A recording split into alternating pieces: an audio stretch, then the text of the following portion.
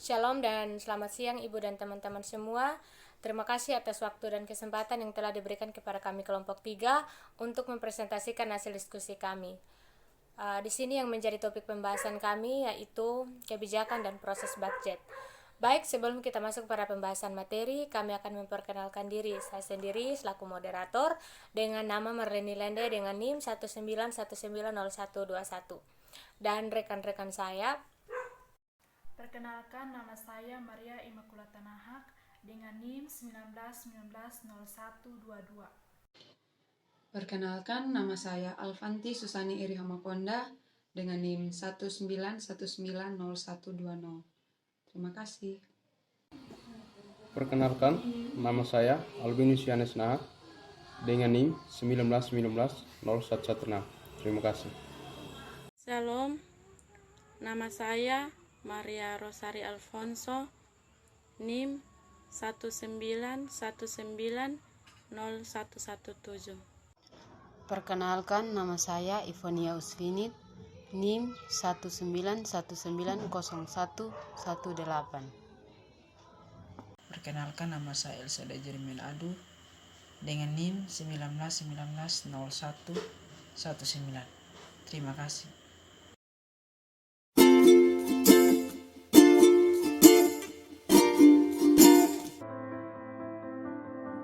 Baik, demikian perkenalan singkat dari kami. Kita akan masuk pada pembahasan materi. Kebijakan dan proses budget. Pengertian dari budget. Budget atau yang biasa disebut anggaran adalah perkiraan pendapatan dan pengeluaran selama periode waktu tertentu di masa depan dan biasanya disusun dan dievaluasi ulang secara berkala. Anggaran dapat dibuat untuk seseorang, sekelompok orang, bisnis, pemerintah, atau apa saja yang menghasilkan dan menghabiskan uang. Kemudian kita masuk pada tujuan penyusunan budget. Di sini tujuan penyusunan budget ada 6. Yang pertama, digunakan sebagai landasan yuridis formal dalam memilih sumber dan investasi dana. Yang kedua, memberikan batasan atas jumlah dana yang dicari dan digunakan. Yang ketiga, merinci jenis sumber dana yang dicari maupun jenis investasi dana sehingga dapat memudahkan pengawasan. Kemudian, merasionalkan sumber dan investasi dana agar dapat mencapai hasil yang maksimal. Yang kelima, menyempurnakan rencana yang telah disusun karena dengan budget lebih jelas dan nyata terlihat. Yang terakhir, menampung dan menganalisis serta memutuskan setiap usulan yang berkaitan dengan keuangan.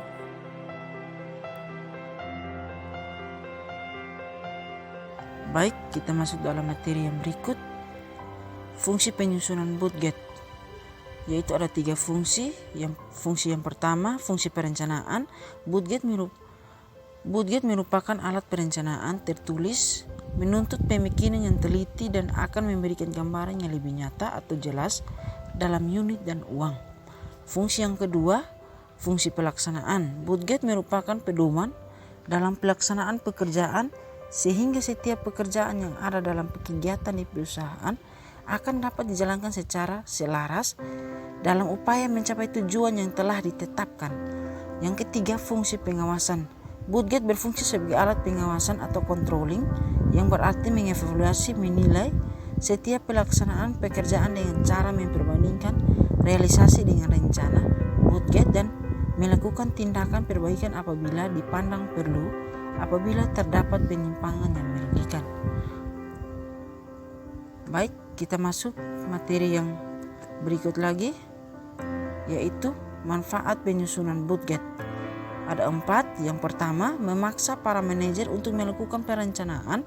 Yang kedua, menyediakan informasi yang dapat digunakan untuk memperbaiki pembuatan keputusan. Yang ketiga, menyediakan standar untuk evaluasi kinerja. Yang keempat, memperbaiki komunikasi dan koordinasi. Materi yang berikut disampaikan oleh teman saya.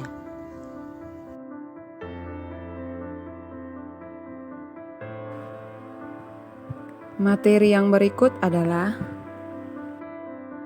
kebijakan atau siklus kontrol nasional. Pemerintah ada untuk memberikan layanan dan tujuan berulang mereka adalah untuk memberikannya lebih baik di masa depan.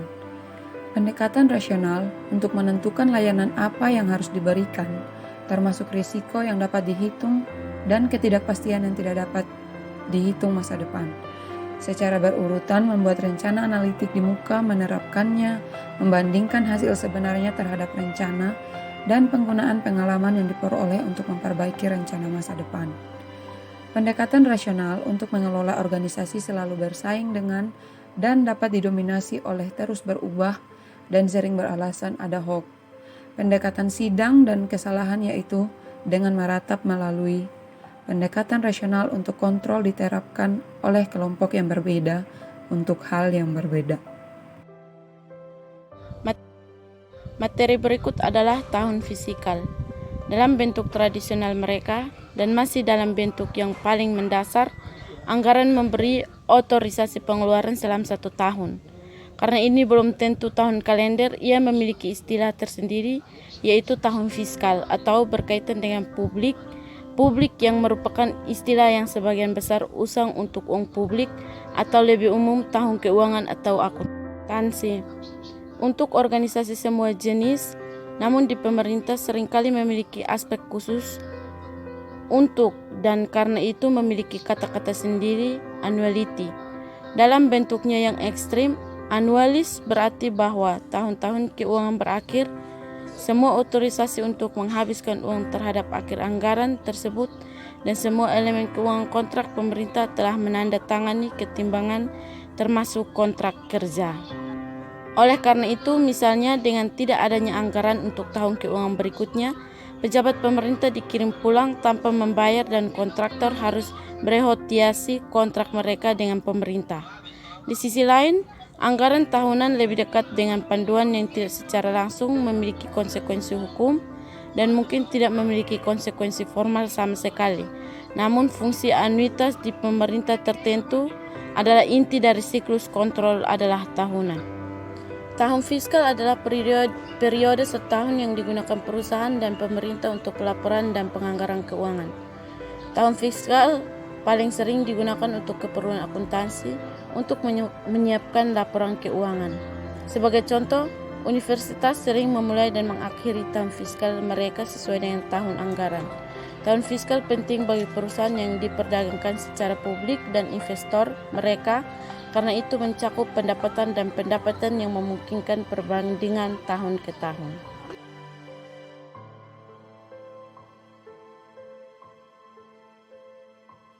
Baik, terima kasih. Saya akan melanjutkan materi tentang penganggaran untuk pengukuran. Output dan hasil pengukuran kinerja memerlukan perencanaan, pelaksanaan, dan pemantauan ketentuan layanan pemerintah meliputi pengukuran layanan tertentu akibat tindakan non-keuangan dalam diri mereka sendiri. Diperlukan pengendalian keuangan sebesar anggaran. Bentuk tradisional pengendalian anggaran masukan dapat dipisahkan dari kontrol operator dan hasil penyedia layanan, dan biasanya itu bukan hanya karena kesulitan teknis dengan tindakan non-finansial, tapi juga karena penyedia layanan menggunakan keahlian mereka tentang keluaran dan hasil sebagai argumen untuk overspending dan kadang-kadang meskipun kurang sering underspending sehingga bisa merusak kontrol anggaran. Pemisahan masukan dari keluaran dan hasil tidak rasional, pendekatan rasional untuk mengendalikan mereka, pertimbangan eksplisit termasuk pengukuran, output dan hasil dituntut oleh politisi, pembayar pajak, dan pengguna layanan, sehingga tugas untuk akuntan adalah menghubungkannya dengan anggaran. Untuk semua alasan bahwa pengukuran kinerja sangat menantang.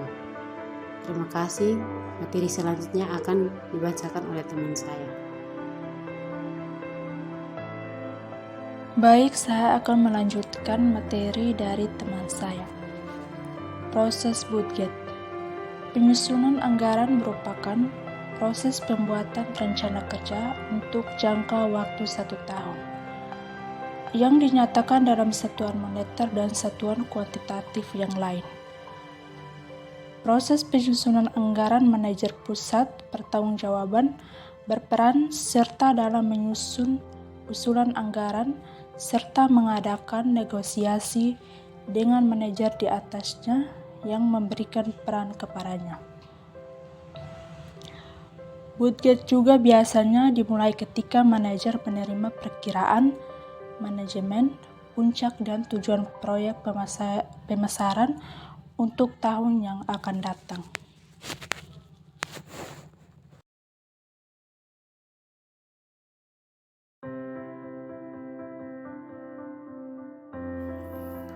Baik, saya akan melanjutkan materi dari teman saya.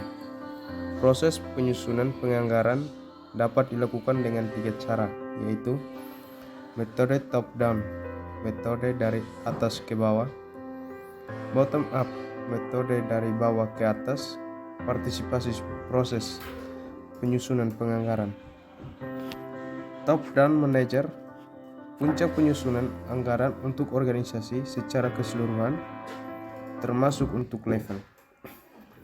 Sekian, ini hasil presentasi kami dari kelompok 3. Mungkin ada kekurangan atau kelebihan dari presentasi kami mohon maaf. Terima kasih.